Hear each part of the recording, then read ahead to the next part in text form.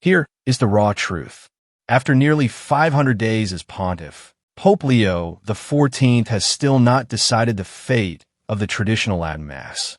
His biographer, Elise Allen, confirms that the 267th Pope remains in the listening phase, a phrase he personally used with her.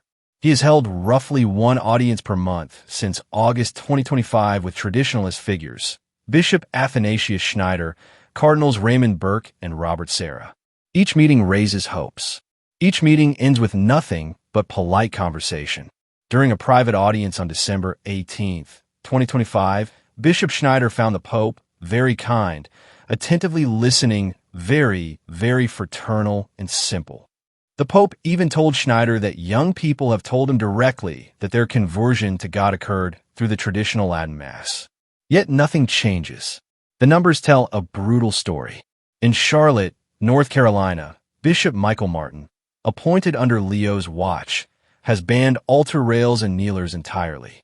He has suppressed the Latin Mass at 4 parishes, forcing families to drive 45 to 60 minutes to a former Protestant chapel surrounded by cornfields.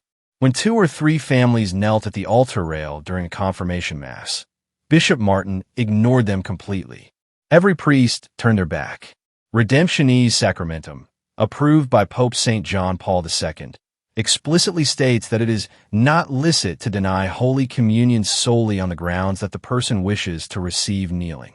Bishop Martin did it anyway, and Pope Leo's Dicastery for Divine Worship, still led by Cardinal Arthur Roche, the architect of Traditionis Custodes, has only said it is reviewing an appeal.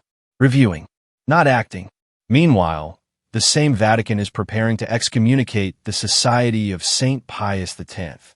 Diane Montagna reported this week that Cardinal Victor Manuel Fernández has already drafted an order of schism should the SSPX consecrate new bishops in July. The society, which has never denied a single dogma, is threatened with canonical punishment, while bishops who humiliate kneeling families face no consequences whatsoever. Pope Leo met with sociologists Stephen Bullivant and Stephen Cranny, whose 2024 research proved that Latin Mass Catholics are more orthodox than their novice ordo counterparts. They accept the real presence. They accept church teaching on marriage and sexuality. The Pope listened. Then he retained Cardinal Roche, who recently distributed a document to the cardinals declaring the novice ordo the sole expression of the Roman Rite. For the record, Cardinal Roche continues to defend the restrictions of Traditionis Custodes as necessary for unity. The same Leo who allowed Cardinal Burke to celebrate the Old Mass inside St. Peter's Basilica last October, a gesture Pope Francis had forbidden, now permits the systematic destruction of the Latin Mass in entire dioceses. Elise Allen calls Leo a man of great balance who seeks unity above all else. But unity without truth is a lie.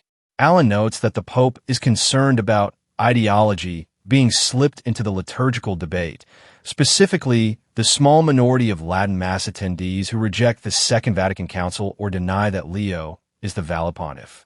Yet the Bullivant Cranny study gives him the evidence he needs. The vast majority of traditionalist Catholics are theologically orthodox, loyal to the Pope, and hungry for reverence. A father whose child is denied the Eucharist because he kneels does not need a Pope who listens. He needs a Pope who acts. The Latin Mass is not an ideology. It is the patrimony of every Catholic. And while Rome listens, traditionalists are being starved out of the church they love.